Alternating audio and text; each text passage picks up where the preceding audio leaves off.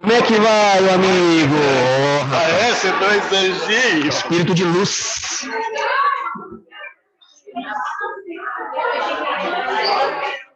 Hã?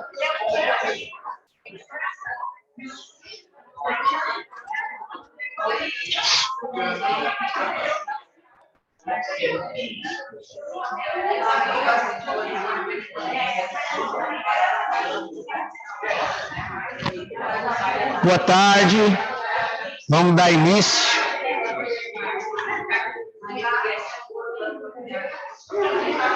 Quem puder aí sentar mais perto, a gente sempre agradece, tá? Eu tenho dois participantes aqui queridos que sentaram bem na frente, né? Para facilitar a nossa comunicação.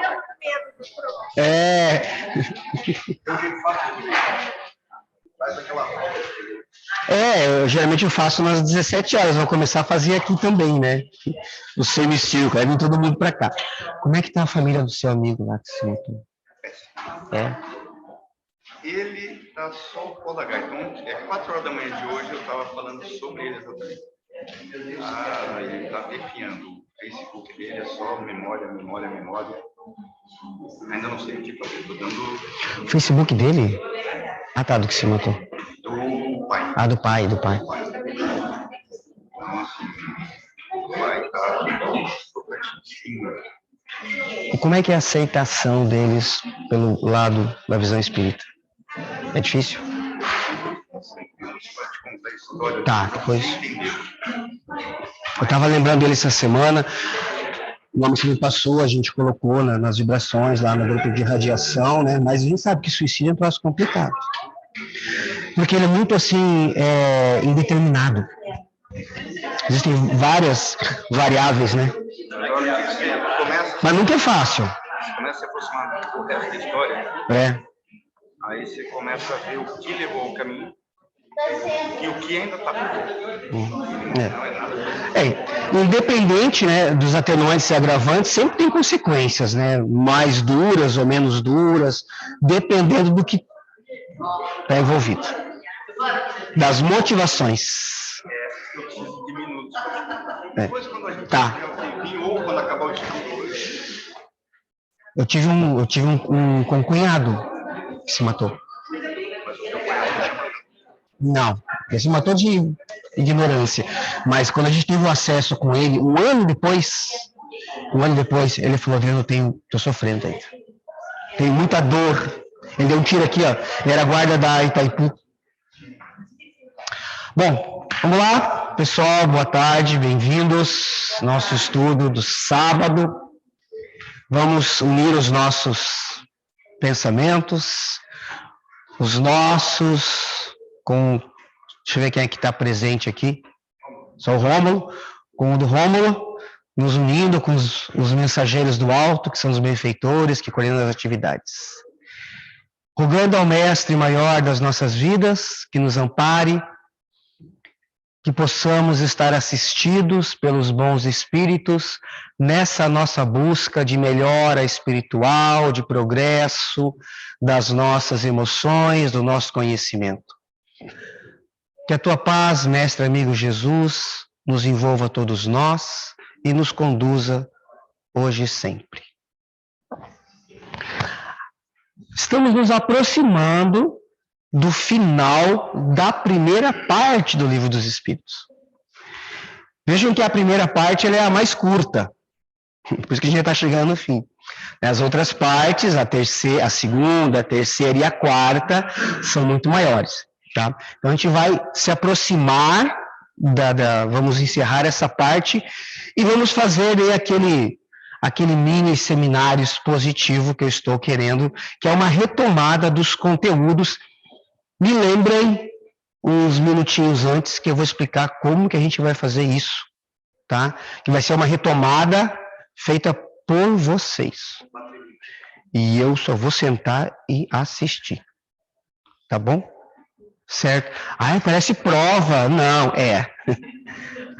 Você sabe que se não tiver um estímulo de devolução, a gente aprende meio de passito as coisas, né? Então, quando você tem aquele estímulo, não, tem que devolver alguma coisa, a nossa apreensão, ela é muito maior, né? Você foca querendo tomar posse de algumas coisas mesmo, porque é assim que a gente aprende mais. Quem aprende mais em sala de aula é sempre o professor, porque ele tem que dominar o conteúdo, né? Não é uma regra, temos alunos lá que estão à nossa frente, mas no geral, não é assim, professora? De inglês, né? Assim que funciona. Vamos finalizar aqui o princípio vital, e eu queria trazer aqui algumas considerações rápidas de quanto esse fluido vital é importante. A gente falou muito dele com relação à vida, certo? Em relação à vida, a gente vai estender um pouquinho e conversar um pouquinho ali com a mediunidade. E essa interação com a mediunidade e fluido vital. Essa frasezinha que está aí, que é o Espírito São Luís, que responde isso, está na obra Céu e Inferno, ele vai nos remeter muito aos casos que nós relatamos sábado passado. Olha só. Como provação para o espírito ou no interesse de missão a concluir, os órgãos depauperados podem receber um suplemento de fluido vital que lhes permita prolongar de alguns instantes a manifestação material do pensamento. Lembra que nós contamos aqui do caso daquele senhor de 70 anos que estava para desencarnar, está lá em Missionários da Luz, e a mãe desencarnada vai até o espírito Alexandre, conversa com ele, pede socorro para o filho, para ele ter uns meses a mais para resolver umas questões familiares lá que estão enroscadas. E Alexandre, então, atende ao pedido da mãe, por mérito da mãe. Olha que interessante. Mérito da mãe desencarnada. Então, eles convocam, durante o sono físico, a ajuda de um companheiro que estava dormindo e que fazia parte do grupo de assistência espiritual. Era um servidor encarnado. Um servidor encarnado. Ele, então, se desdobra do corpo, sai do corpo físico e vai doar esses fluidos vitais para aquele homem, para que ele pudesse ter uma extensão de alguns meses aqui na Terra. Tá? Isso acontece muito, gente. Acontece muito quando um parente está lá, morre, não morre, né? Já está até em coma, de repente ele tem vai se salvar, né? A chamada melhora repentina, né? Vai se salvar. E aí os familiares ficam naquele encantamento, porque o fulano melhorou, não sei o quê, conversou e abraçou e sorriu, no outro dia desencarna. Também tem uma situação dessa. Uma irmã, se ela desencarnasse, ia atrapalhar uma gravidez. E quem seria gestável ia trabalhar com uma irmã que estava chamada. Se ela não desse, quem faz o apoio ali, se não me engano, é para você. Não lembro desse daí. Mas acontece muito isso. Essas intervenções, né? Dependendo dos casos, dos méritos, ou da pessoa que tem méritos para isso, um parente desencarnado, que faz uma intervenção, faz uma solicitação, aquilo é levado em consideração e a pessoa, então, tem uma carguinha a mais, tem uma transferência, tá? E aí que está uma questão interessante. Essa transferência, ela não consegue ser do desencarnado. Não dá. Precisa do elemento mais denso, chamado fluido vital. E esse elemento mais denso é só nós que possuímos enquanto encarnados, porque ele é produzido pela interação perispírito e matéria. É essa interação que dispara esse gatilho nas células, possivelmente, estou dizendo possivelmente, as mitocôndrias. Porque são elas que fazem isso organicamente. Elas pegam glicose e transformam em energia. metabolismo e energia, para nós vivermos. Então, possivelmente, elas é que liberam, já que nós vamos ver aqui sobre essa conversa rápida de fluidos com mediunidade, que o ectoplasma, ele está dentro da célula. Ele é produzido ali, dentro da célula. Então, possivelmente, são as mitocôndrias que fazem essa interação, ou seja, seriam os camaradinhas que trabalham para produzir esse fluido vital, essa renovação de fluido vital. Mas é só os encarnados que fazem isso. E fechamos, comentando sobre esse assunto, que há espíritos desencarnados que se alimentam do fluido vital. Se alimentam. Ocorre isso nos enterros, nos cemitérios. Tá? Então, aquele que teve uma vida que mereceu, de alguma forma, a atenção de espíritos superiores, quando ele desencarna, esses espíritos superiores, eles aplicam passes para diluir aquele resíduo de fluido vital que está no corpo daquela pessoa, para que os outros espíritos não possam lá e literalmente vampirizarem o corpo que pertenceu a alguém. Então, para não ter que não haja digamos assim, esse vandalismo, né, espiritual no corpo de alguém, os espíritos benfeitores, eles aplicam passes para disseminar aquilo, e aquilo se dissemina na atmosfera, para que não haja essa vandalização do corpo de alguém. Descarrega a bateria. Descarrega, tira o restinho, né? Tá? Porque há espíritos que se viciam nisso. Eles estão tão conectados com a matéria, eles sentem falta das coisas da matéria. Eles não podem tomar um café, então aproveita agora. Tá? Eles não podem tomar um café. Usei como exemplo, né? Mas tem tantas outras coisas. Então eles sentem falta dos fluidos densos da matéria. E o fluido vital, ele é nem etéreo e nem tão denso quanto a organização celular. Ele está no meio do caminho. Ele é uma cola, na verdade, o fluido vital. Ele é uma cola que permite essa interação também do perispírito com o corpo. Ele junta tudo. Tanto é que nós morremos, para de produzir. Ele só existe enquanto estamos encarnados, aí para a produção dele. Quando lermos lá alguma coisa falando de duplo etéreo, e André Luiz fala muito disso na obra Evolução dos Mundos, Mecanismos da Mediunidade, que mais? Tem mais um livro que ele fala sobre mediunidade também. Bom, tem vários livros, né, que ele cita, mas esses ele cita bastante e explica. O duplo etéreo, ele é formado por esse fluido denso. O duplo etéreo, ele é formado pelo fluido vital. É um elemento que é intermediário entre o perispírito e o corpo físico. Ele não é nem tão denso quanto o corpo físico, nem tão etéreo quanto o perispírito. Para que o perispírito, que tem uma frequência vibratória muito maior, consiga ter acesso à organização orgânica que tem uma frequência vibratória menor. Como se fosse cascas, né, de uma cebola, digamos assim, cascas de uma cebola. E isso envolve, então, a alma ou o princípio inteligente em evolução. Ok? Tá? Eu dei uma retomada do que a gente falou aí, porque eu sei que é bastante informação e conecta com coisas diferentes, principalmente com a nossa saúde. Então, a nossa saúde está muito ligada à qualidade do fluido vital. Muito ligada. E essa qualidade vai depender das minhas ações emocionais, da minha estrutura psicológica, do meu modo de vida.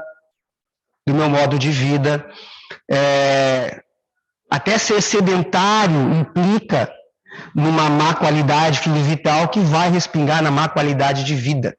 Mas, principalmente, gente, o que interfere na nossa saúde é isso aqui. A maneira como nós lidamos com as coisas da vida. Esse é o principal gatilho das nossas doenças, sejam elas emocionais, psicológicas ou no bojo todo que são espirituais. Esse é o principal, é o que vai dar qualidade ao fluido vital. Que por ressonância, as células vão obedecer a esse padrão que eu vou ditando na minha existência. Elas só obedecem a esse padrão. E podemos, por ações nossas, indisciplinadas, briguentas, violentas, viciosas, ir limitando esse fluido vital. Por isso que André Luiz fala, na obra Missionários da Luz, raros. Vamos chamar atenção nesse nome aí. Raros são aqueles que completam exatamente a sua programação reencarnatória. Raros. São chamados de completistas. O cara saiu daqui para viver 80 anos. Viveu 80, 81, 82, 85. São raros. A maioria. O cara saiu daqui para viver 80, viveu 70. Por quê? Álcool, cigarro, raiva. Tudo isso vai minando a produção dessas energias. E a gente desencarna antes do tempo por conta disso. Ou por conta de doenças que foram geradas com essas ações. Então, uma situação ou outra acaba diminuindo a nossa programação reencarnatória e o fluido vital não dá conta de lutar contra o que nós estamos ordenando ao que ele faz. Então. O tempo de vida, o plano reencarnatório está ligado à quantidade de, a gente já vem com essa quantidade de fluido específica e ela é liberada, ou ela é produzida? Porque eu tinha um pensamento que ele vinha... Trazia, assim, como agora estava falando, como se fosse uma bateria, assim. Aí você gasta mais, ou a forma como você... Certo. Essa Você fez a pergunta de 10 milhões de dólares. O Guilherme e eu falávamos disso segunda-feira, tá? Eu tenho vasculhado na doutrina espírita uma sustentação doutrinária para essa resposta. Algo bem específico, bem objetivo. Ou seja, como que se dá essa interação entre a minha programação reencarnatória e a produção de fluido vital? Como que se dá isso, essa conexão? Eu vou ser honesto contigo, eu não achei. Eu tenho várias conjecturas, com base no que nós lemos. O que sabemos? Antes de reencarnar, existe um planejamento. E existe uma previsão do seu tempo aqui na Terra. Vemos isso em Missionários da Luz, lá nas programações reencarnatórias. Olha, você vai para a Terra, vai viver 80 anos, não volte antes disso. É uma frase que está lá, não volte antes disso. Aí que eles falam, raramente... Não estou dizendo que é você, amigo. É que eu fiz 2 vezes... Gesticulei 2 vezes para cá, né? Tá parecendo que... Certo, é expressão corporal aqui. Então, sabemos que tem isso. Planejamento reencarnatório que pode ser estendido ou encurtado conforme as nossas escolhas. Mas eu não trago fluido vital. Porque o fluido vital, nós vamos ver aqui, vai falar aqui, ele é um elemento produzido pelo encarnado. Ele é produzido pelo encarnado. O desencarnado não tem fluido vital, ele tem outros fluidos, sutis. Mas o fluido vital, ele é algo agregado à matéria orgânica, e ponto. Ele é um elemento da matéria orgânica. Auxiliando assim, Adriano, nessa discussão, até uma frase interessante do professor Sérgio Felipe, que não está na doutrina, mas está nos estudos dele, da ordem mineral e no sistema energético do corpo instalado na mitocôndria. E ele é médico espírita. Então, ele estuda dizendo o seguinte: a idade do indivíduo está ligada a um dispositivo que se encontra na mitocôndria desse tempo e tem complexo parâmetro.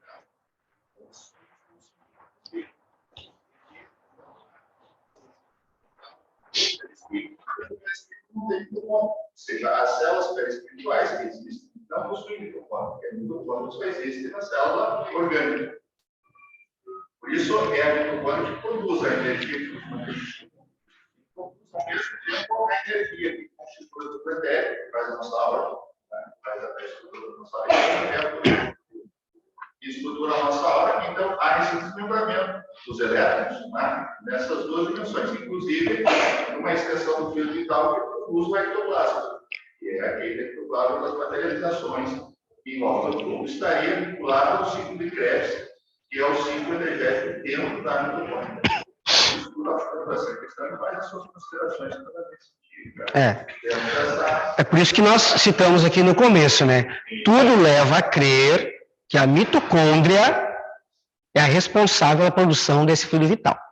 Agora, o gatilho que leva a mitocôndria a fazer isso por determinado tempo, 60, 70, 80, 90 anos, isso está atrelado à programação reencarnatória.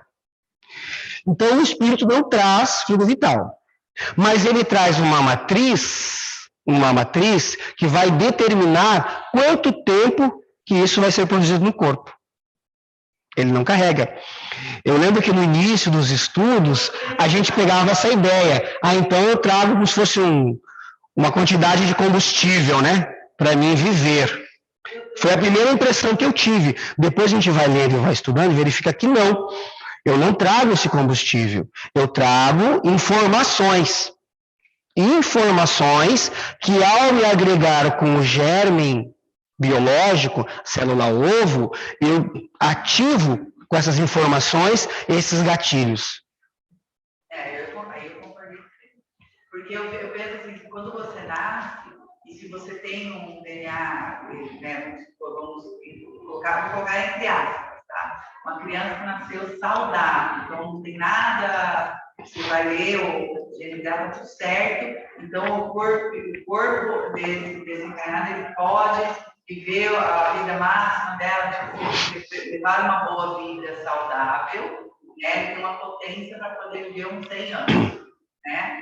Só que daí onde entra as nossas ações, a nossa vivência, né, as tudo da forma como nós lidamos com as emoções, os hábitos, etc, e tal, que vai deteriorar as células, né? E esse mecanismo todo do corpo, e daí trazendo problemas de saúde e encurtando essa vida média que né? Então, assim, eu enxergo dessa forma, da forma que eu enxergo, né? E daí o que eu pensei foi exatamente o que você falou, que não é que a gente traz uma maletinha de conflito, mas no momento da ligação, né, esse é o que você falou, é ativar. Porque o perispírito ele é ligado ao corpo, célula a célula. Exatamente. Então, e tem uma circulação do corpo físico do perispírito e vice-versa, né, que faz essa conexão toda e faz toda a mágica acontecer.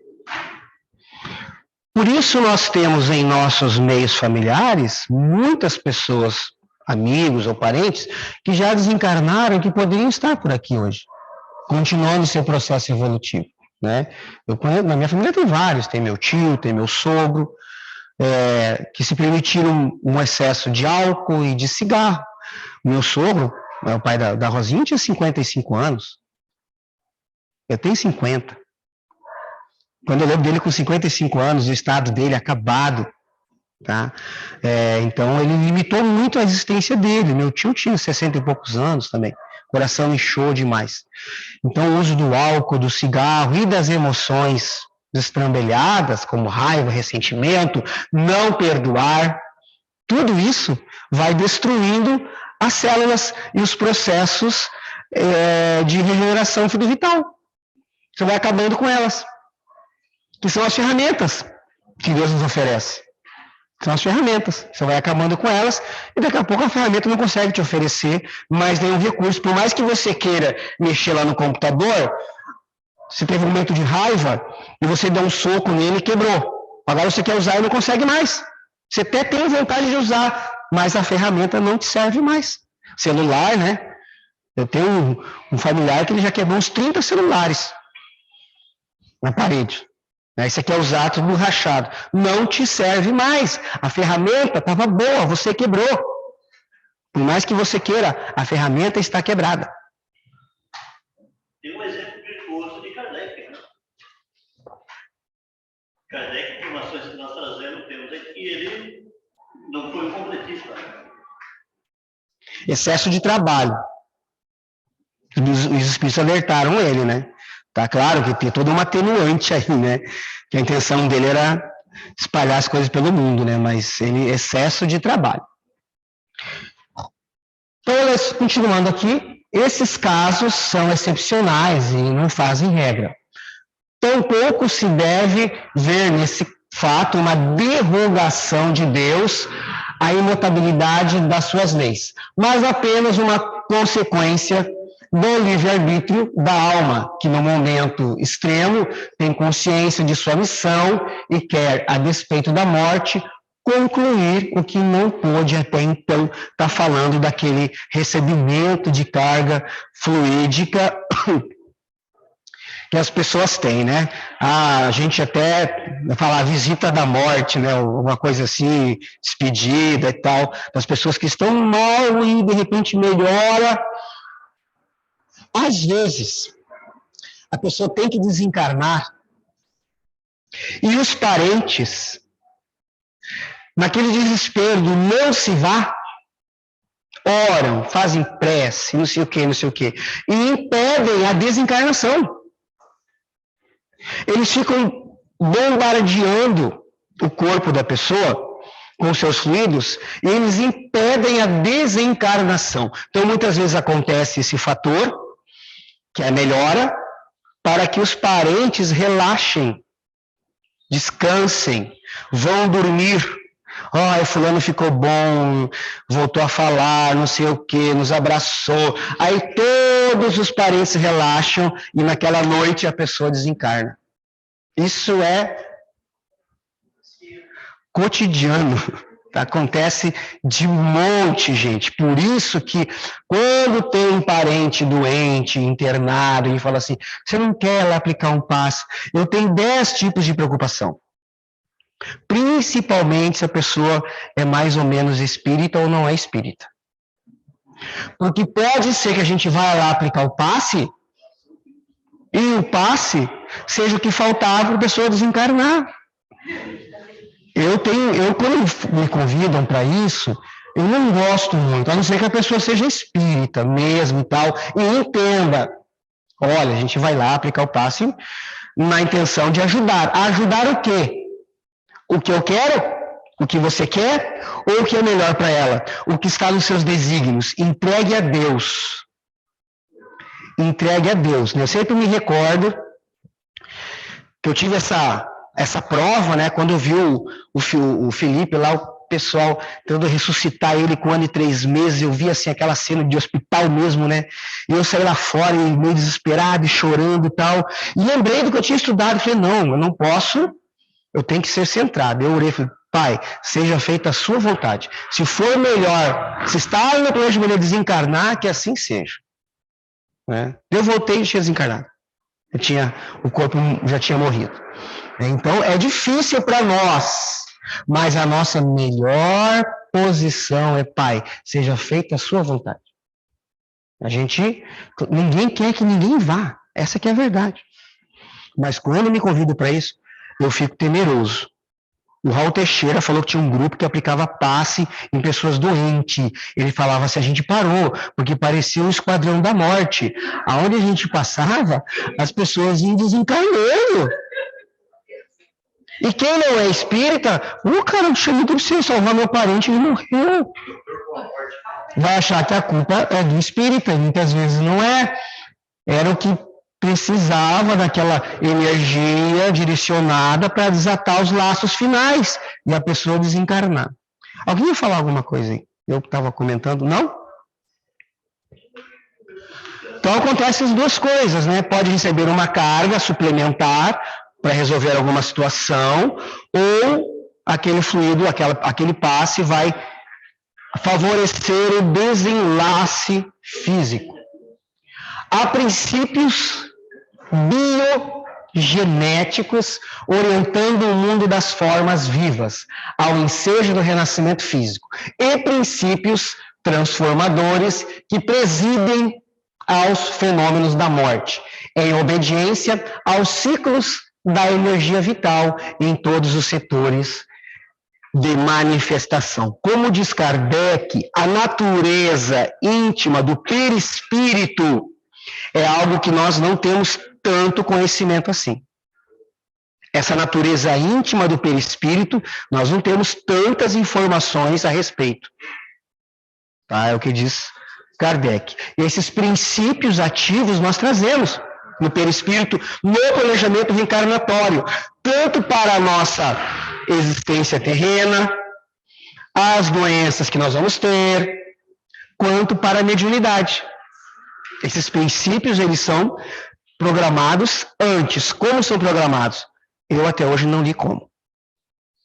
Não li. Tenho uma curiosidade imensa, né? Porque eu gosto dos detalhes, eu gosto do passo a passo. A minha formação técnica é assim, né? Então, como é que é o passo a passo da coisa? Né? Então, eu gosto das informações. Então, aonde eu tenho garimpado na leitura, como se dá esse processo eletromagnético, que insere esses princípios no perispírito, que vai disparar esses gatilhos de mediunidade ou de tempo de vida, são processos, mas como eles são feitos, não há uma narrativa muito detalhada sobre isso, pelo menos até agora, em livros confiáveis. Tem mais essa aí, em livros confiáveis. Posso dar uma sugestão? Pode. Quando você for salvar de novo, pega onde está o segundo princípio, vai também com o indivíduo. Desculpa, não vi. Aonde? Aqui, ó, lá está. Há princípios biogenéticos e princípios transformadores. Ah, tá. Coloca aquilo lá em negrito para destacar. Ok. Obrigado. Fazer uma ponte rápida aí, porque ela também nos ajuda a entender algumas outras coisas, como a mediunidade, tá?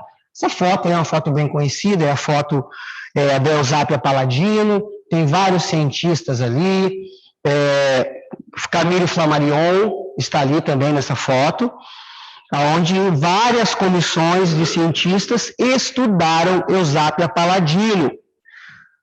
Foram 36 comissões de cientistas, pessoal. 36.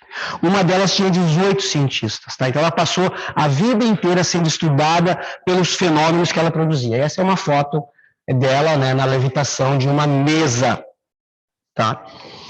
Bom, eu quero destacar o seguinte. Assim, quando um objeto é posto em movimento, levantado ou atirado para o ar, não é que o espírito o tome, empurre e suspenda, como o faríamos com a mão. O espírito o satura, por assim dizer, do seu fluido, combinado com o do médium. E o objeto momentaneamente vivificado desta maneira, obra como o faria um ser vivo, com a diferença apenas de que, não tendo vontade própria, segue o impulso que lhe dá a vontade do espírito. Essa explicação, que está no livro dos médiuns, me explicou muito bem uma frase que Kardec coloca quando ele teve contato com as mesas girantes. E eu queria entender como que era aquilo. Ele diz assim, ó, a primeira reunião dele, que foi na casa de Madame de Pleine-Maison. Você fez Madame de Pleine-Maison? Fez, né? Naquele que a gente fez aqui no salão. Na casa de Madame de Pleine-Maison, que foi convidado a ver os fenômenos das mesas, que levitavam, andavam, batiam, respondiam. Ele fala assim, ó, Gabi e eu, é uma delicadeza, né, de Kardec, e uma amostra, né, de conhecimento dele, né? Ele não escreve eu e Gabi, fala Gabi e eu. vimos uma mesa saltar como rã. Eu sempre quis entender isso. Logo de cara, mas como assim saltar como rã? Ela teve uma mobilidade, a mesa, de se curvar e pular. Ela não foi jogada, ela saltou como uma rã. Como que uma mesa, a quem se refere, não é essas mesas. Eram aquelas trípodes, que eram redondinhas, com 3 pezinhos, chamadas também mesa de pé de galo. A gente usou aqui em algumas apresentações, né, Alexandra, das feiras, né? Acho que tem uma aqui, não tem? Ou era emprestada? Tinha uma parecidinha. Era emprestada, né? Aquela não saltou como rã, né? Faltou um médium de efeitos físicos. Então, o que acontece? Esse fluido vital que nós utilizamos, os espíritos, digamos assim, sequestram ele, dos médiuns, misturam com os seus e encharcam a mesa. Encharcam.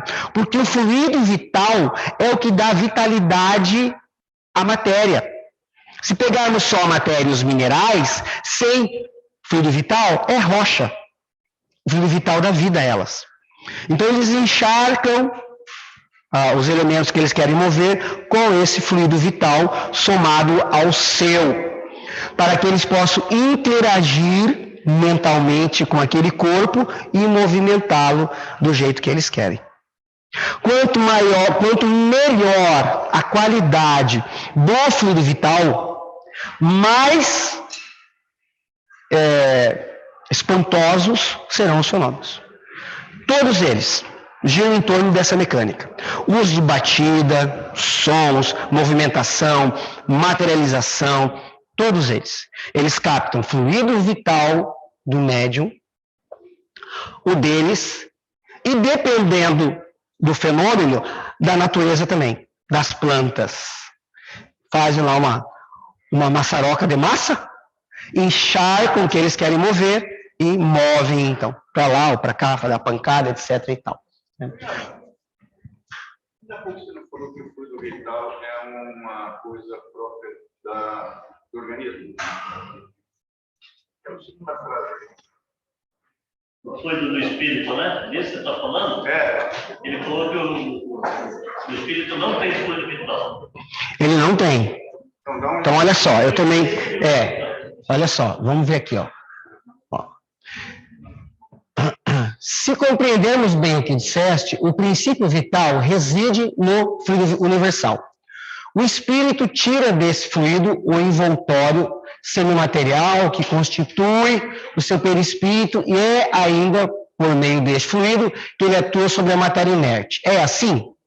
É. Quer dizer, ele empresta à matéria uma espécie de vida fictícia.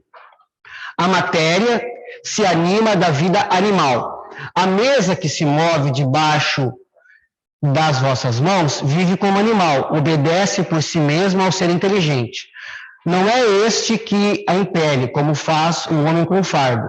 Quando ela se eleva, não é o espírito que a levanta, com o esforço do seu braço. É a própria mesa que, animada, obedece à impulsão que lhe dá ao espírito. Eu acho que eu tirei uma frase daqui, que vinha aqui, ó. Ele fala assim: o fluido vital é apanágio dos seres encarnados. Porque fica meio confuso, né? Eu também tive essa confusão aí. Pois que o fluido vital, que o espírito de certo modo emite, só que aqui ele já está emitindo uma combinação. Então não dá para dizer que é o vital, é a combinação. É a combinação, que ele emite, porque para ele emitir a vida fictícia, ele já explicou no anterior. Ó. Isso. Aí tudo bem, então não é o fluido vital. Não é o exatamente. É o que ele emite, vai dar vida fictícia e momentânea aos corpos inertes. Quando ele emite aquilo, ele já somou o do médium ao dele e às vezes de uma outra planta ou da natureza para encharcar aquilo ali. E a frase não, exatamente, Se você pegar ela isoladamente, vai contradizer o que eles mesmos explicaram, tá? Mas ela vem na sequência daí do 77.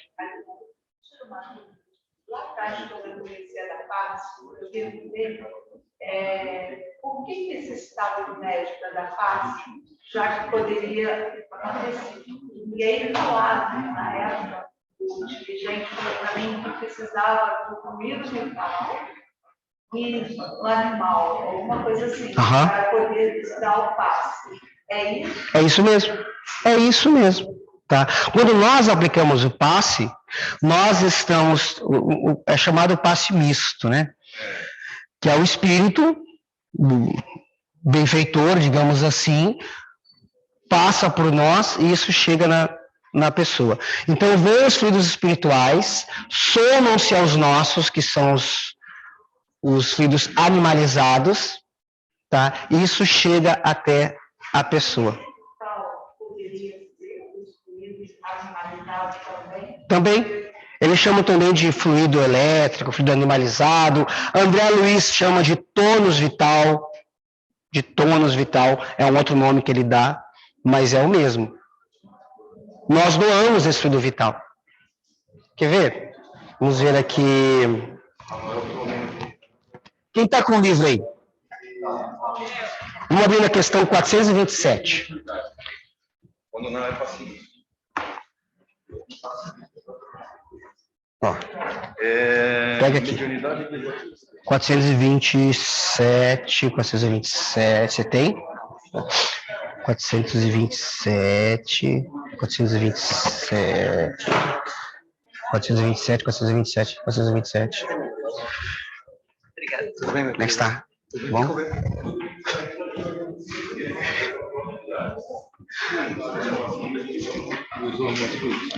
(427) Estendendo essa questão, ó. Vamos lá, deixa eu abrir o meu aqui. Pelotas, deixa eu ver. Vou pegar aqui um leitor bom, né? O leitor é um profissional. Né? 427.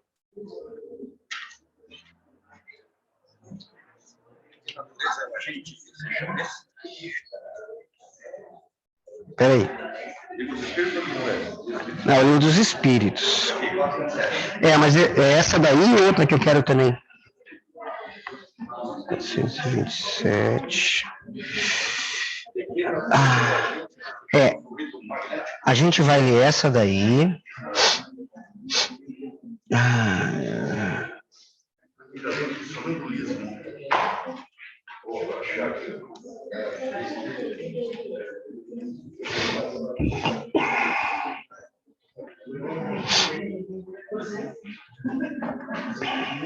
Você quer esgotamento de morte? Não. Tá, não, é 424 e é 427. Tanto faz, né? Mas vamos lá na 424 para pegar essa questão aqui do passe, primeiro. Questão 424. Por meio de cuidados dispensados a tempos, podem reatar-se laços prestes a se desfazerem e restituir-se à vida um ser que definitivamente morreria se não fosse socorrido? Sem dúvida, e todos os dias tende a prova disso. O magnetismo, em tais casos, constitui, muitas vezes, poderoso meio de ação, porque restitui ao corpo o fluido vital que lhe falta para manter o funcionamento dos órgãos. Tá? Magnetismo aqui é toda forma de passe. Tá? O magnetismo aqui é toda forma, toda técnica de passe, né, magnético, restitui o fluido vital ao corpo. Mas essa restituição de fluido vital, ela só ocorre por meio do encarnado. Só por meio do encarnado. E olha os conceitos que nós temos lá na 427. Questão 427. De que natureza é o agente que se chama fluido magnético? Fluido vital, eletricidade animalizada, que são modificações do fluido universal. Então, todo fluido vital, eu gosto muito desse, né? Eletricidade animalizada. Essa é boa. Eu gosto desse termo aí, tá? É que, assim, são formas escolhidas por eles para a gente possa entender, né, do que eles estão falando. Muitas vezes fala assim, olha, não existem palavras para explicar o que você quer saber. Não existem palavras no seu mundo que expliquem o que você está perguntando. Então, eles se valem de algumas metáforas para a gente entender, e eletricidade animalizada é interessante, porque se você considerar a lâmpada como um corpo, ela necessita de eletricidade para que ela mostre vida. Essa aqui está morta. A central acional interruptor, ela vive. Ela precisa de eletricidade. O nosso corpo é a mesma coisa, só que é uma eletricidade animalizada. É o que faz todo o sentido.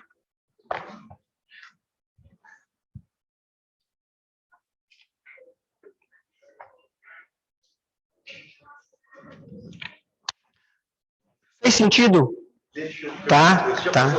É por isso que às vezes a gente vai aplicar um passe em alguém que está doente, que não está bem, ou ele está numa situação de obsessão muito forte, nós aplicamos o passe e sentimos um desgaste. Já experimentou esse historinho do passe com alguém? Hã? Você sente assim que foi sugado, literalmente. Nossa, eu me senti sugado. Porque há uma doação fluídica muito grande, muito grande. Se a pessoa está com problemas de doença ou então de obsessão, espíritos muito densos, então você desprende muita energia, muitos fluidos, e você se sente abatido, cansado, e você está, daqui a pouco está bom. Porque o corpo vai regenerar aquela perda como doação de sangue. Você vai lá e doa sangue, fica um pouquinho lá, às vezes dá uma tontura, alguma coisa, come um lanchinho, né? E já fica bom de novo, já transformou aquele lanchinho em energia, já repousa aquela energia e boa, tá de bem com a vida. Acontece muito num abraço com alguém que às vezes não tá bem, você abraça aquela pessoa, você já fica meio aturdido, ou com dor de cabeça, você se sente sugado. Houve uma troca fluídica ali, que a gente não enxerga, mas há uma troca fluídica. Nós estamos mergulhados, né? Como se fosse um oceano que nós não vemos. A diferença é que nós não vemos. Você ia falar mais alguma coisa? Pessoal, tranquilo? Então, vou avançando aqui para a gente finalizar. Aí eu trouxe aqui algumas imagens de aplicações mediúnicas que necessitam do fluido vital. Esse carinha aqui, vou fazer uma pergunta aqui. Quem conhece ou já ouviu falar? Um cara chamado Mirabelli. Mirabelli. Um dos maiores médiuns de efeitos físicos brasileiros. Tá? Mirabelli. Tinha vários tipos de mediunidade, certo? Tem um livro dele, escrito pelo Palhano Júnior. E o Mirabelli fazia, entre outras coisas, o que o Daniel Douglas Rome fazia, que era levitação. Tá? Ele está levitando ali naquela foto ali, ó. Registrado e tudo. Tá? Então, Mirabelli, ele era um grande médium de efeitos físicos, inclusive a levitação. Desencarnou em 1951. Aí nós temos uma outra, a Eva Carriere, com o Charles Richer do lado dela, e a outra é o Peixotinho, isso eu acredito que a maioria já ouviu falar, um médium brasileiro também, com a materialização do espírito Ana. Isso não me fala agora. Tá com a materialização do espírito Ana, saindo do ectoplasma do nariz e da boca dele, e o espírito se materializando, né, do lado dele. É uma foto bem clássica também do Peixotinho. Todas essas manifestações, elas necessitam de fluido vital. Todas. O ectoplasma. Exatamente. Exatamente. Tá? O ectoplasma, ele vem do mesmo lugarzinho que vem o fluido vital, da célula, daquelas organelas que estão ali em volta do núcleo da célula. Tanto é que o termo ectoplasma, ele foi cunhado pelo Charles Richer, né? Ectoplasma, né? Foi cunhado pelo Charles Richer, ele é produzido no citoplasma da célula, é dali que vem o ectoplasma. Mais uma vez, vem essa programação reencarnatória. Então por que eu não produzo? Você até produz, mas uma quantidade pequena. Para médium de efeitos físicos, ele produz bastante. Então ele tem um ajuste no seu perispírito. Ele tem um ajuste. que quando ele reencarnou, ele transferiu esse código, digamos assim, para o organismo, favorecendo com que as células produzam muito esse ectoplasma. Aceleração dessa produção, né? Ela vem com um código, digamos, uma senha lá, para que elas produzam muito ectoplasma e liberem ectoplasma quando for necessário para os fenômenos de materialização. Não, são raros esses médios, você não encontra médios com muita facilidade que produzam ectoplasma a nível de ocorrer uma materialização. Então tem momentos, parece que tem momentos na Terra que eles vêm em vários grupos assim, para chamar atenção, aí depois dá um tempo. Adriana, seria errado pensar que essa doação pode também descapitalizar o vital da pessoa? Pode deixar ela doente, tá? Nós temos vários relatos de médiums que eles ficaram doentes, muito maus após algumas tentativas de materialização mal conduzidas, ou que houve interferência para tentar desmascarar a pessoa, tá? Tem um relato de uma médium estudada pelo Charles Richer, agora não lembro se foi a Eva Carriere, em que ela estava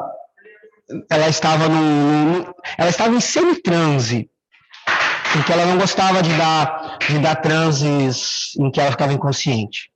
Ela pediu para ficar consciente. Ela só se prontificava se os espíritos deixassem ela consciente. Então, ela é uma das raras médiums que favorecia a materialização, mas ficava consciente. Veja que o Peixotinho está dormindo. Ela ficava consciente. E numa dessas realizações em que estava o Charles Richer, um abobalhado lá, achando que era mistificação, entrou dentro da onde ela estava e agarrou ela.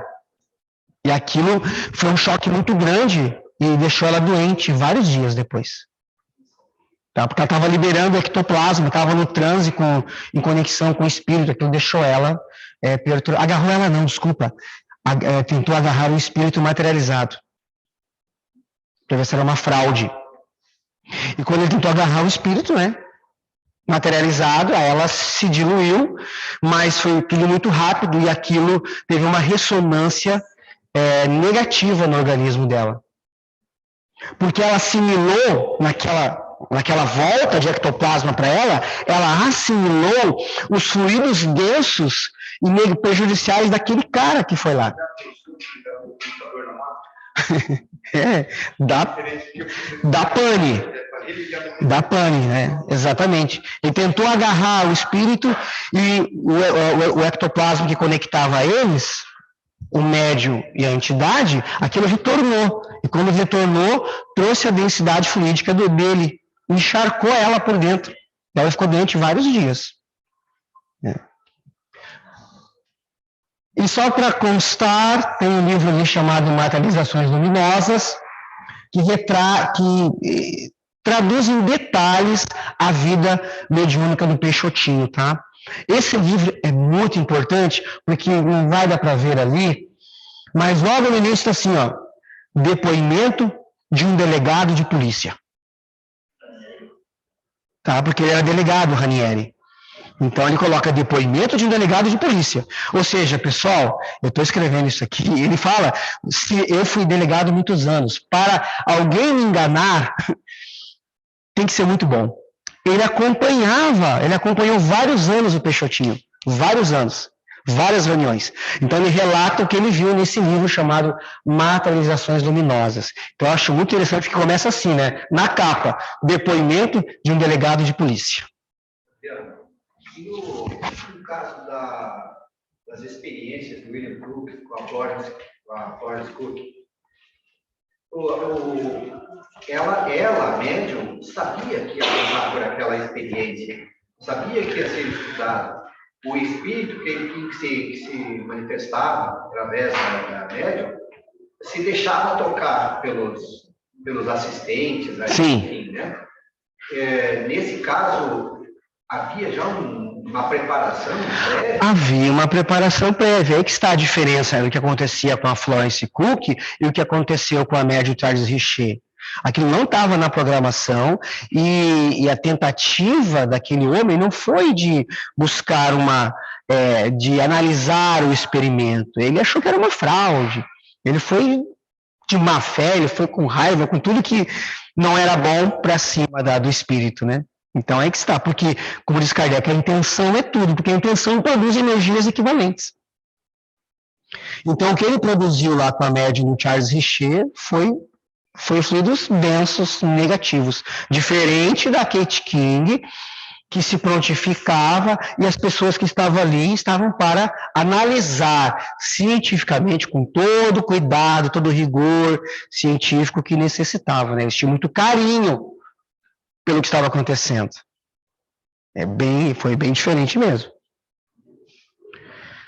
Então, a gente finaliza essa parte de fluidos, a gente deu uma boa estendida aí, falamos até de questões mediúnicas, de saúde, e dessa nossa busca, né, de entender essa conexão com planejamento reencarnatório e a geração desses fluidos vitais. Deixa eu voltar aqui onde é que a gente estava.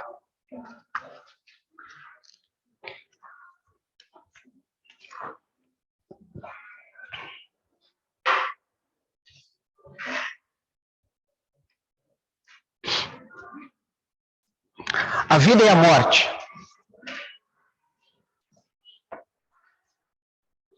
Alguém está sem livro? Acho que só que as meninas ali, esse lado aqui eu entreguei.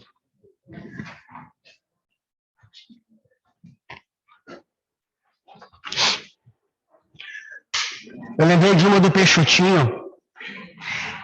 Eles materializaram que foi levado para casa doces. Que você colocava na boca e você apertava, ele fazia um barulhinho e saía luzes no escuro. Que legal, né? Fazia um barulho, estourava e jogava luzes. E eles falaram assim, olha, a recomendação foi levem para casa, que vai durar, e testem em casa. Para verificar a extensão do fenômeno, né? Olha, eu trouxe lá da reunião, isso aqui foi materializado, coloquei na boca, é um doce, estourou e emitiu umas luzes. Bacana. A vida e a morte. Tema que todo mundo gosta.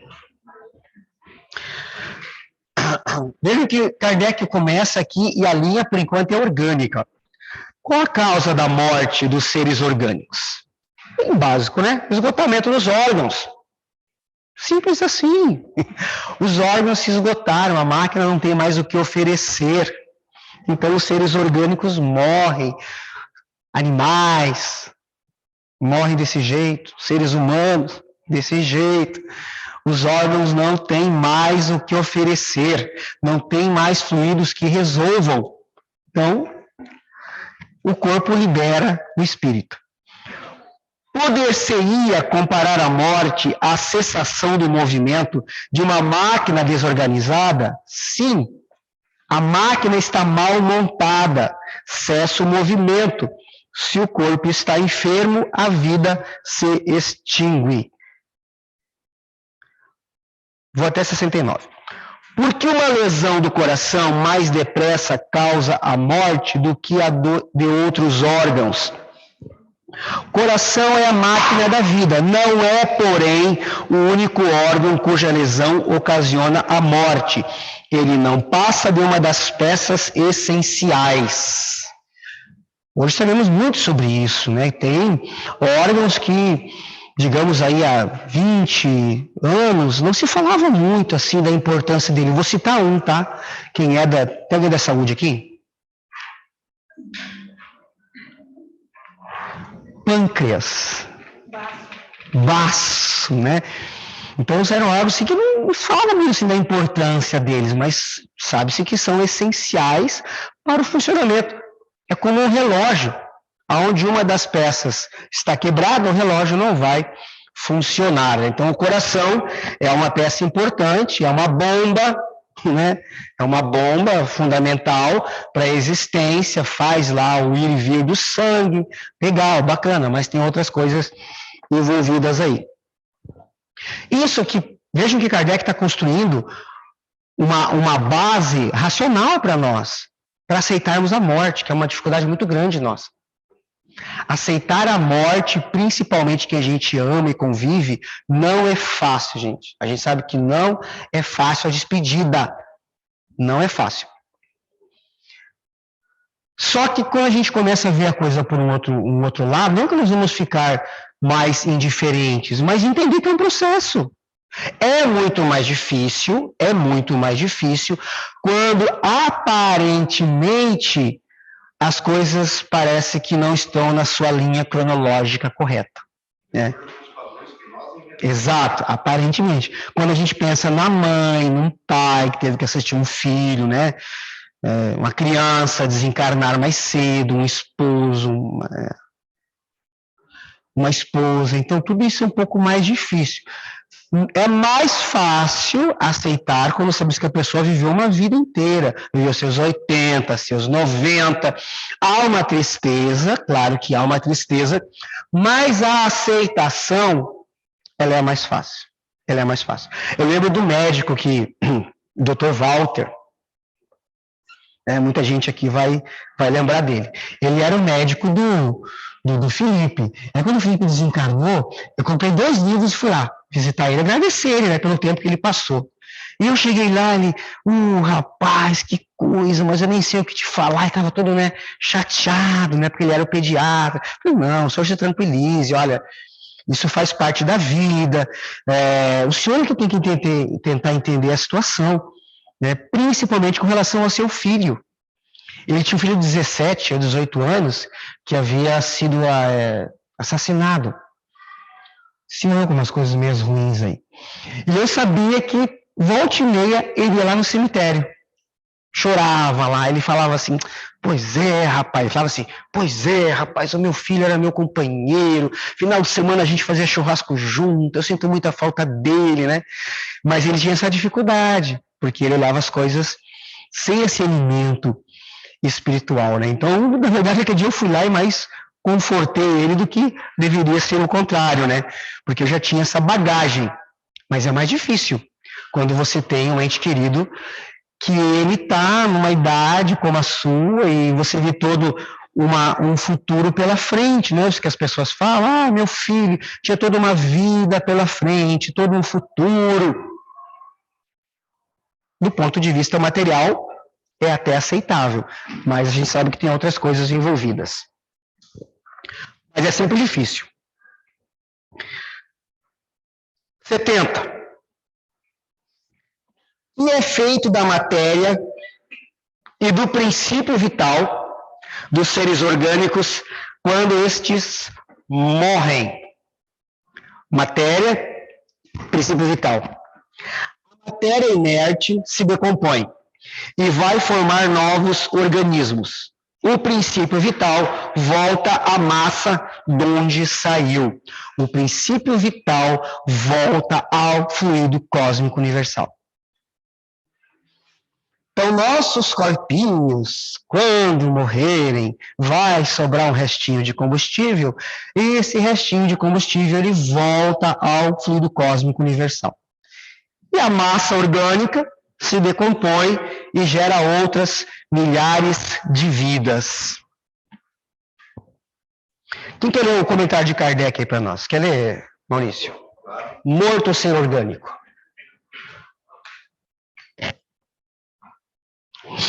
Por ser orgânico, os elementos que o compõem sofrem novas combinações que resultam novos seres, os quais auem na fonte universal o princípio da vida e da atividade, o absorvem e o assimilam, para novamente o restituírem a essa fonte quando deixarem de existir.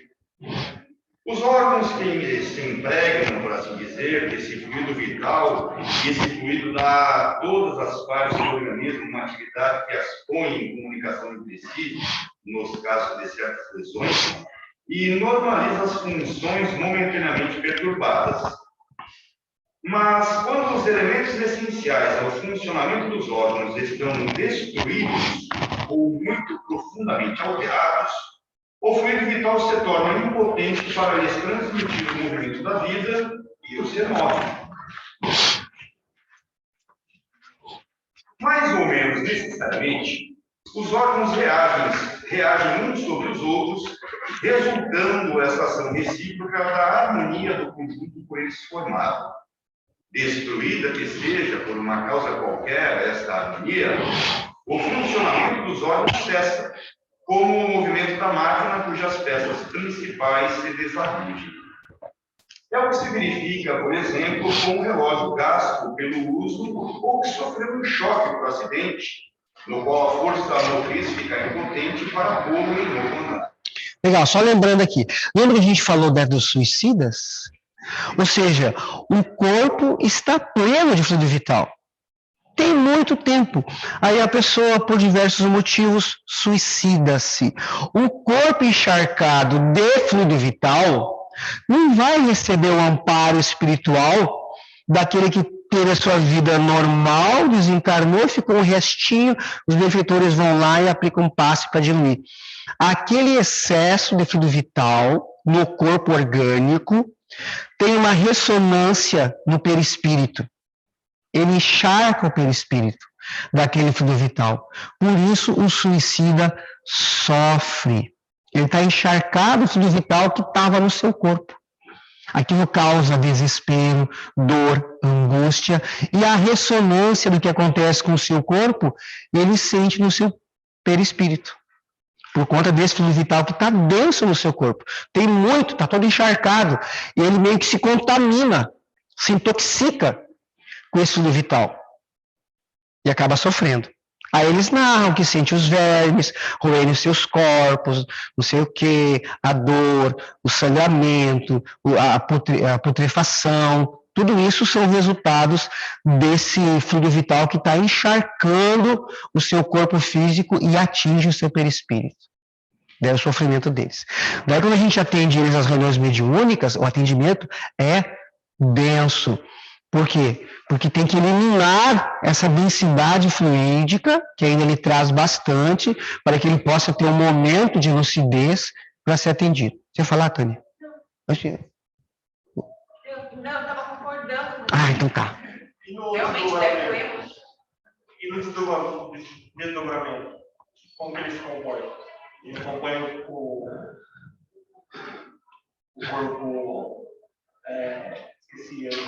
O perispírito.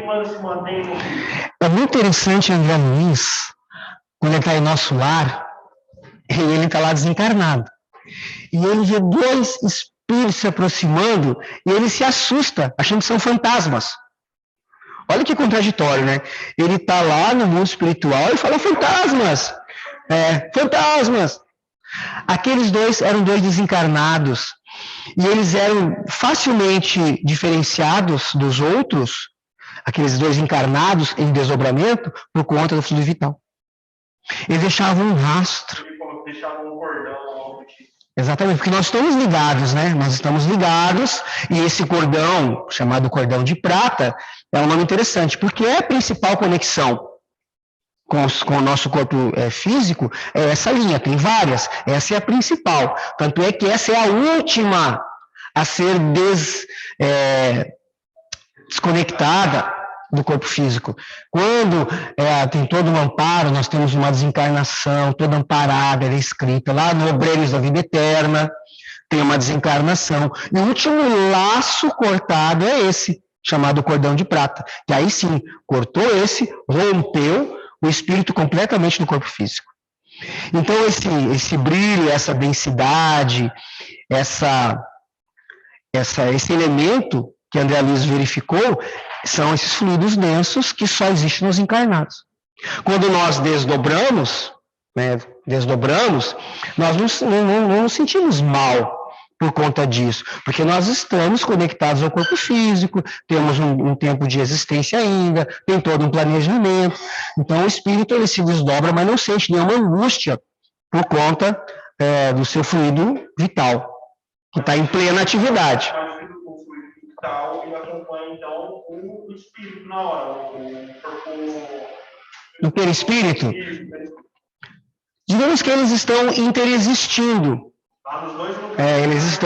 Eles estão interexistindo, porque a pessoa encarnada em desdobramento, ela está ligada ao corpo físico. Então, tudo que acontece com o corpo físico na produção de fluidos repercute no perispírito, porque ele está conectado ao corpo físico. E é daí que surge aí a questão do duplo etéreo. O duplo etéreo, ele vem dessa questão fluídica. Como se fosse um outro corpo, né? Um outro corpo, mais denso do que o perispírito. Ficou claro? Continua para nós, Maurício. No aparelho elétrico temos imagem mais exata da vida e da morte. Esse aparelho, como todos os corpos da natureza, contém eletricidade em estado latente. Os fenômenos elétricos, porém, não se produzem senão quando o fluido é posto em atividade por uma causa especial. Poder-se então dizer que o aparelho está vivo. Vindo a cessar a causa da atividade, cessa o fenômeno. O aparelho volta ao estado de inércia. Os corpos orgânicos são, assim, uma espécie de pilhas ou aparelhos elétricos, nos quais a atividade do fluido determina o fenômeno da vida. A cessação dessa atividade causa a morte. A quantidade de fluido vital não é absoluta em todos os seres orgânicos. Varia segundo as espécies e não é constante, quer em cada indivíduo, quer nos indivíduos de uma espécie. Alguns há que se acham, por assim dizer, saturados desse fluido, enquanto outros o possuem em quantidade apenas suficiente. Daí, para alguns, vida mais ativa, mais tenaz e, de certo modo, superabundante. A quantidade de fluido vital se esgota. Pode tornar-se insuficiente para a conservação da vida se não for renovada pela absorção e assimilação das substâncias. O fluido vital se transmite de um indivíduo a outro. Aquele que o tiver em maior porção pode dá-lo a um que o tenha de menos e, em certos casos, prolongar a vida prestes a extinguir. Muito bem, aqui está todo um resumo do que a gente falou, que está nas questões, né? O senhor pediu para avisar o horário para fazer isso. Certo. Então, olha só, faltou o último item, que é inteligência e instinto, que a gente vai ver aí sábado que vem. Vou fazer uma divisãozinha, semana que vem eu faço, tá? Por números. Vou pegar os itens daqui, os itens, né? Nós vimos aí sobre Deus, né? Vimos agora sobre o fluido vital, né? Isso, todos, vida e morte, todos esses itens que estão aí, para a gente fazer uma recapitulação dos elementos gerais do universo, da criação, para nós resgatarmos todo esse nosso conhecimento desses nossos estudos ao longo dos sábados e ajudar a fixar esses conteúdos, certo? Como a gente está aqui, em média, aí tem uns 40 participantes, né? Então eu vou dividir aí.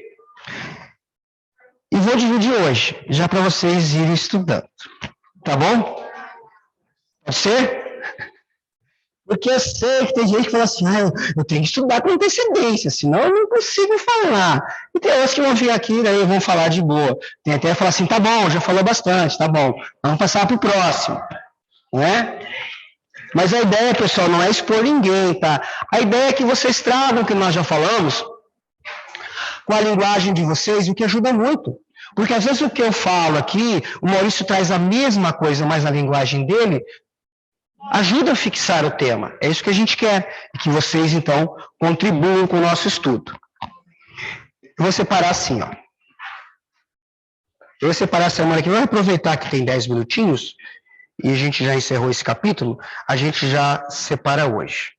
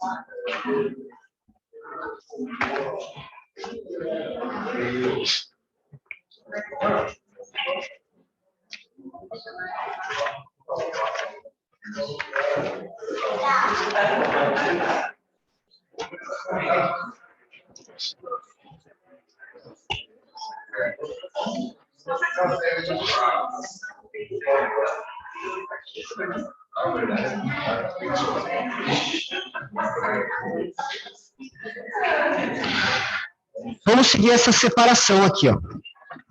Tá? São 4 itens dentro das causas primárias, certo? Aí eu vou separar assim.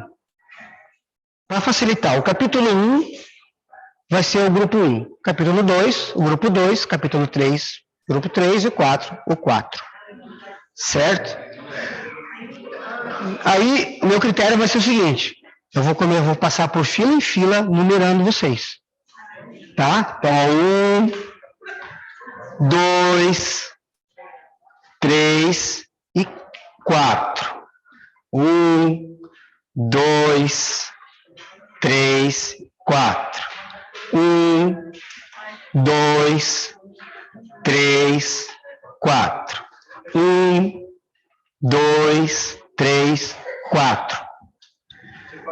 É o Luiz, não é? Alguém que está sentado aqui. 1, 2, 3, 4. 1, 2, 3. Ele também tinha emprestado. É que eles são do grupo das 17. Tá? Então, pessoal, olha só. Não se preocupe em fazer grandes apresentações, tá? A ideia é promover um debate de informações, fique à vontade, assim, para usar os recursos, tá? Mas a ideia é que vocês venham e comentem, podemos fazer um grande círculo, ou vocês virem aqui na frente, mas a ideia é criar debates sobre tudo que a gente aprendeu, tá? Vamos seguir essa organização que está aqui. O grupo 1, o capítulo 1, o grupo 2, o capítulo 2, o grupo 3, o 3 e o 4, o 4. Tá? Nós temos mais um para ver que é instinto e inteligência semana que vem. A gente termina semana que vem, a última partezinha da primeira parte, é o último capítulozinho. Então, vai ser esse sábado, no próximo, tá? Então, vocês leiam, estudem, amadureçam as ideias, né? O que eu quero é que vocês venham aqui e falem. Não precisa ler mais nada, a gente já leu bastante. Que vocês falem sobre a temática, até com as palavras de vocês. Ver se já se apropriaram daquele conhecimento. É isso que a gente quer. E com isso ajuda a fixar o tema. Adriano, e como é que eu fico nessa história? Hã? Como é que ele fica nessa história? Pois é, Rômulo. Vamos ter que achar uma parte para você falar, né? Pois é, né? Certo. Ô, Rômulo, você é do grupo 4, tá? Tá, beleza. Vou ter que saber, porque eu não via você apontando as pessoas, né? Não, gente, você participar, cara.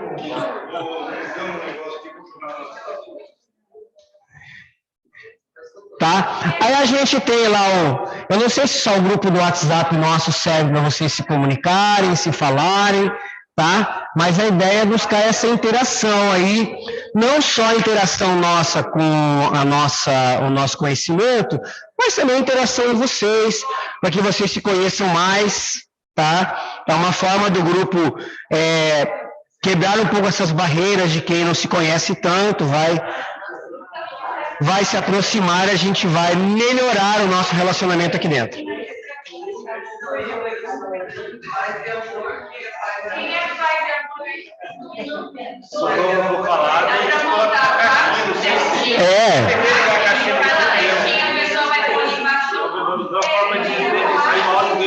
Sair do áudio dele mais alto, tá bom.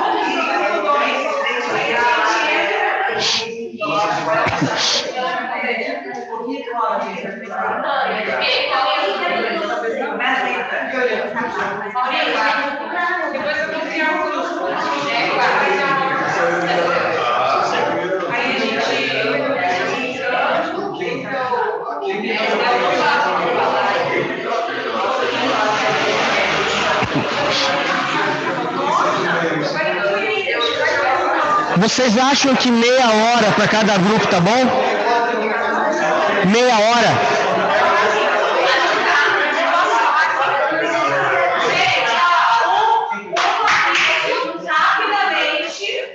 Já voltou lá no grupo das 15, ó. Grupo 1 de Deus, grupo 2, grupo 3. Aí cada um se identifica. E aí, façam um grupo de vocês lá. Precisa se identificar.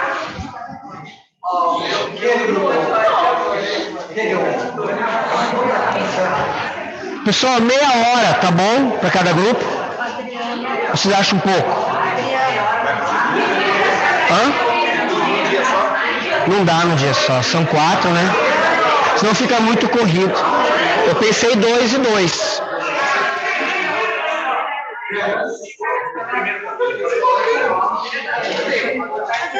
$20 minutos? Aí não tem muita divagação, né? Mas... Ô, Adriano, mas não vai dar pra gente se reunir agora. Como assim? Vai ter que ter uma hora pra gente se reunir, fazer essa socialização, conversar sobre isso. Podemos ver na próxima. Porque se faltou um trechinho, se faltou um pouquinho, a gente vê isso na primeira meia hora. Não, vai chegar aqui. E fica... Então, mas eu ia dar esse tempo para vocês. Porque tem pouca coisa para terminar. Então a gente termina essa parte, meia hora, e uma hora fica pra gente se reunir. 20 minutos. Aí sabe...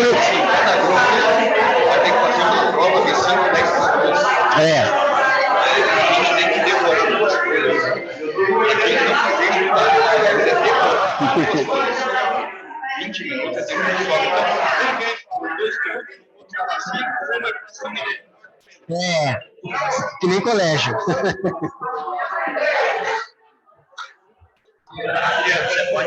Claro, já. Então, o Rômulo já saiu? Rômulo, tá uma bagunça agora aqui, tá? A gente se fala aí, tá? Obrigado pela participação, tá, cara? O pessoal tá... Ele tá vendo por essa câmera aqui? Ele tá vendo por essa câmera?